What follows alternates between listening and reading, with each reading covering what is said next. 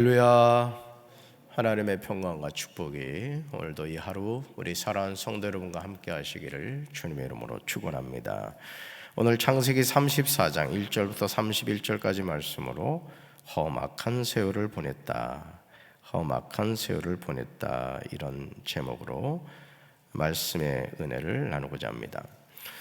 저와 여러분이 사노라면 뜻하지 않은 일들을 경험하게 될 때가 많죠. 우리는 누구나 희노애락의 삶을 살아갑니다. 기쁠 때가 있고요, 성을 낼 때가 있고, 또 슬플 때가 있고, 즐거울 때가 있죠. 이 네 가지 느낌 중 하나만 경험하는 사람은 없습니다.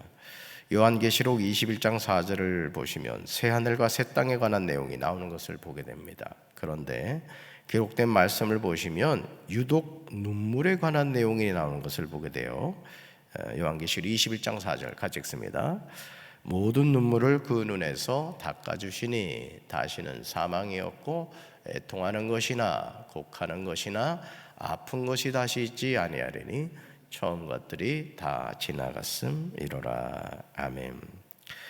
왜 사람이 가진 수많은 감정 가운데 성경은 눈물을 언급하는 것일까요? 우리는 이 의문에 대해서 굳이 대답하려고 하지 않아도 알 수 있습니다. 그것은 우리의 삶이 눈물을 흘릴 일이 많다는 거죠. 그렇죠? 사실 우리가 이 감정에 메말라서 그렇지 사실 우리가 눈물 흘릴 일이 얼마나 많습니까? 우리 주님이 어떤 분이십니까? 모든 눈물을 우리 눈에서 닦아주시죠. 마치 우리가 어린 시절 막 달려가다가 넘어지면은 어머니가 다가오셔서 이렇게 먼지를 털어주면서 많이 아팠어? 괜찮아? 하고 이야기해 주시는 것처럼 마치 우리 주님이 우리 눈물을 닦아주면서 괜찮아, 내가 함께 있잖아, 이렇게 말씀해 주신다는 뜻이에요. 우리가 눈물을 흘리게 되는 이유는요, 사랑하는 사람의 죽음 때문이죠. 어제도 이제 그 김경애 집사님, 고 김경애 집사님 아들 청원이가 장문의 그 장례 감사 문자를 보냈더라고요. 그래서 저도 문자로 답신을 보낼까 하다가 전화를 했습니다. 전화했더니 전화를 받더라고요. 그래서 이런저런 얘기를 하면서 다시 교회 나오라고 이렇게 권면을 했습니다. 삶의 여정에서 애통하게 되는 것 때문에 우리가 눈물을 흘리게 되죠. 곡하는 것 때문에 그렇습니다. 아픈 것 때문에 우리는 눈물을 흘리게 되죠. 그런데 주님이 이 모든 눈물을 뭐 해주신다? 닦아주신다라는 겁니다. 이 세상에 있는 모든 것들은 다 지나갑니다. 그러므로 저와 여러분은 새하늘과 새 땅에 대한 믿음과 소망을 가지고 씩씩하게 살아야 될 줄로 믿습니다. 지나가는 거예요. 기쁨도 슬픔도 고통도 아픔도 지나가는 거죠. 창세기 34장은 야곱의 생애 가운데 정말 기억하고 싶지 않은 아픔이 나옵니다. 야곱이 험악한 세월을 보냈다는 표현이 적절합니다. 야곱에게는 11명의 아들과 외동딸 1명이 있었습니다. 레아가 낳은 딸인데 야곱에게 얼마나 귀엽고 사랑스러웠겠습니까? 그런데 1절과 2절을 보시면 야곱의 딸 디나에게 충격적인 일이 일어났죠. 1절과 2절 같이 읽습니다. 레아가 야곱에게 낳은 딸 디나가 그 땅의 딸들을 보러 나갔더니 히위 족속 중 하몰의 아들 그 땅의 주장 세겜이 그를 보고 끌어들여 강간하여 욕되게 하고. 아멘. 창세기 33장 18절을 보시면 야곱은 밧담 아람에서부터 평안히 가나안 땅 세겜 성읍에 이르러 그 성읍 앞에 장막을 쳤습니다.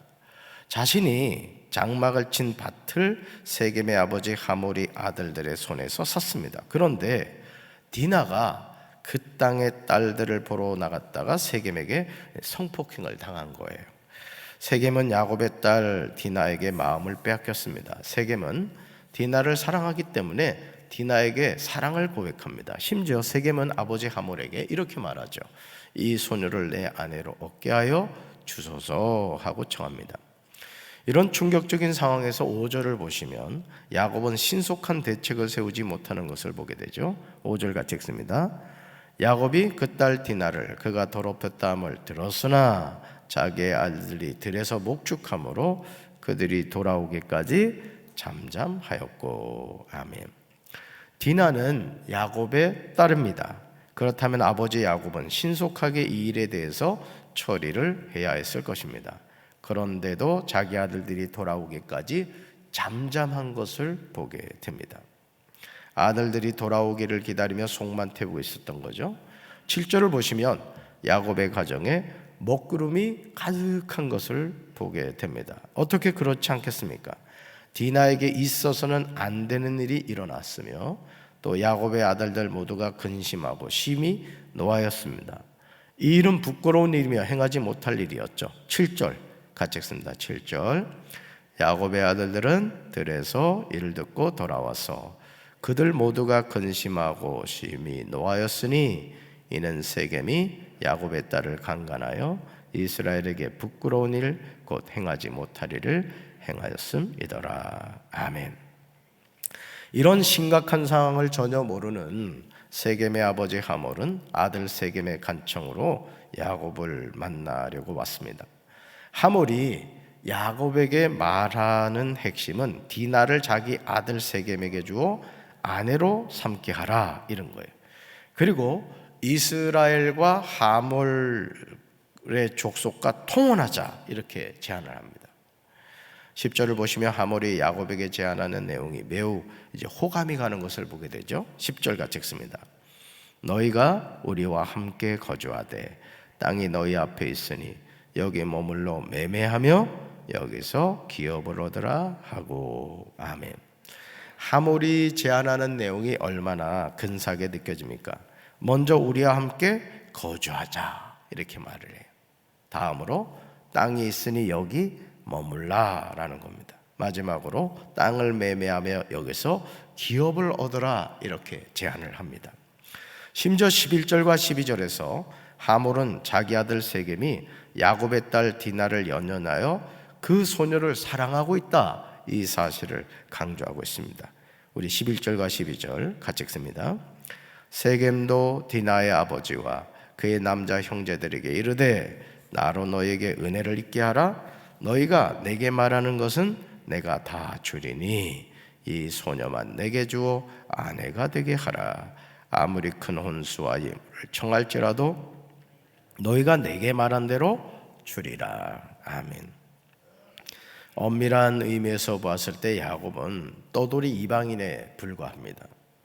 그런데도 하몰은 자신과 사돈을 맺자고 제안하면서 엄청난 도움을 주겠다 이렇게 이야기합니다. 사랑하는 성도 여러분, 지금 하몰이 제안하는 이런 제안이 마음에 들지 않습니까? 그러나 이런 하몰의 제안이 오늘 이 세상에서 공중 권세를 잡은 마귀가 하나님의 자녀들을 향하여 미혹하는 내용임을 주목해서 보셔야 됩니다. 마귀는 이 세상 모든 것을 다 주겠다고 우리에게 접근을 합니다. 그러나 만약 야곱이 하몰의 제안을 받아들이면 어떻게 되겠습니까? 이방인과 혼혈이 되어서 하나님의 약속에서 떠나게 되는 것을 보게 되죠. 여러분, 만약 이런 논리라면 아브라함도 굳이 이삭을 낳기 위해서 애를 쓸 필요가 없었죠. 왜요? 하갈을 통해서 이미 이스마엘을 낳은 상태였기 때문이에요. 근데 하나님 뭐라 그러죠? 아니다. 사라를 통해서 낳은 아들이 너를 이어서 상속자가 될 것이다 이렇게 말씀하셨어요. 그러니까 이건 하나님의 약속이고 하나님의 명령이다라는 것이죠. 그러므로 요한일서 2장 16절 말씀을 우리는 늘 명심해야 돼요. 같이 읽습니다. 이는 세상에 있는 모든 것이 육신의 정욕과 안목의 정욕과 이생의 자랑이니 다 아버지께로부터 온 것이 아니요 세상으로부터 온 것이라. 아멘. 이는 세상에 있는 모든 것이 이렇게 말하죠. 세상으로부터 온 것이라. 하나님의 자녀는 세상으로부터 온 것을 붙잡으면 망합니다. 우리는 하나님께로부터 온 것을 붙잡고 살아야 될 줄로 믿습니다. 세상으로부터 온 것은 결국은 다 내려놔야 돼. 오직 하나님으로부터 온 것만 우리가 이 육신의 장막을 벗고 하나님 앞에 서는 그날까지 가지고 갈 수 있는 거예요. 뭘 가지고 가겠어요? 믿음만 가지고 가는 줄로 믿습니다. 이것이 하나님의 자녀로서 저와 여러분이 이 세상에서 승리하며 사는 유일한 비결이에요. 그러니까 우리가 뭘 붙잡고 살아가느냐가 참 중요한 것이죠. 하몰의 제안에 야곱의 아들들이 세겜과 그의 아버지 하몰에게 속여서 대답하는 것을 보게 됩니다. 그리고 제안한 내용이 서로 통혼하려면 모든 남자가 할례를 받아야 된다, 이런 이야기를 하죠. 그렇게 하면 하몰의 제안을 받아들이겠다는 거예요. 근데 이거는 거짓말이었던 것이죠. 그런데도 18절을 보시면 하몰과 그의 아들 세겜은 좋게 여깁니다. 이들이 그렇게 한 이유 중 하나가 23절에 나오는 것을 보게 돼요.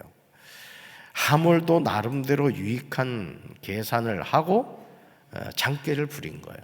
그러니까 야곱의 아들들은 지금 이제 하몰을 속이고 있는 상황이고, 하몰 또한 통혼을 하게 되면은 어떤 유익이 있을 것이다, 이런 계산을 했던 것이죠. 하몰과 모든 남자들이 할례를 받은 제3일에 시몬과 레위가 각기 칼을 가지고 가서 몰래 그 성읍을 기습하여 그 모든 남자를 죽이는 것을 보게 됩니다. 심지어 성읍으로 가서 노략을 하죠. 30절 보시면 야곱은 이 일로 말미암아 심히 근심합니다. 그러니까 여러분, 이 세상에 근심된 일이 많고 참 평안을 몰랐구나. 어떻게 보면 야곱의 생애가 그렇게 장자의 명분과 축복권을 얻으면 시온의 대로가 열릴 줄 알았는데, 인간적인 방법으로 그것을 취한 이후에 야곱의 생애는 사실은 가시밭길 길이었던 거예요. 그럼에도 야곱이 견딜 수 있었던 힘은 어디 있죠? 하나님이 야곱과 함께 하셨기 때문입니다. 오늘도 저와 여러분의 삶이 마찬가지입니다. 여러분, 우리가 살아가는 삶이 뭐예요? 곳곳에 지뢰가 묻혀 있잖아요. 어디 묻혀 있는지도 몰라요. 그러니 우리 힘으로 어떻게 살아가겠습니까? 이번에 여러분 울진하고 그 강원도에 화재 난 거 보세요. 뭐 축구장 뭐 몇만 배가 없어진 거라 그러잖아요. 한 사람이 토치 가지고 불을 내 가지고 말이죠. 이게 우리가 살아가는 삶의 모습이 아닙니까? 자, 보세요. 결국은 삶의 여정에서 우리는 전혀 뜻밖의 일들을 경험하게 될 때가 많습니다.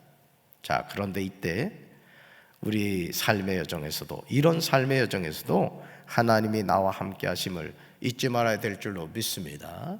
그래서 이 눈에 아무 증거 보이지 않고 이게 아무 소리 들리지 않고 당장 내 손에 잡히는 거 없다 할지라도 하나님의 말씀은 약속대로 이루어진다는 사실을 기억하고 우리가 하나님을 의지해야 될 줄로 믿습니다. 따라합시다. 하나님은 언제나 나와 우리 가정과 우리 교회와 우리 민족과 함께 하십니다. 하나님이 언제나 나와 함께 하심을 믿고 오늘도 믿음으로 승리하는 우리 사랑하는 성도들 되기를 주님의 이름으로 축원합니다. 가슴에 손을 얹겠습니다. 하나님 아버지, 하나밖에 없는 외동딸이 이렇게 성폭행을 당했습니다. 시몬과 레위는 그 억울하고 속상한 일에 원한을 갖겠다고 하몰과 그 족속을 칼로 다 죽여버렸습니다. 야곱의 삶에 너무나 큰 위기가 닥쳤습니다. 그러나 그럼에도 야곱의 이 상황을 이길 수 있었던 것은 하나님이 그와 함께 하셨기 때문입니다. 우리가 이 세상을 살아가면서 어느 곳에 정을 두고 누구를 의지하며 살아가겠습니까? 하나님만이 우리의 도움이시오, 우리의 방패시오, 우리의 산성이 되시는 줄로 믿습니다.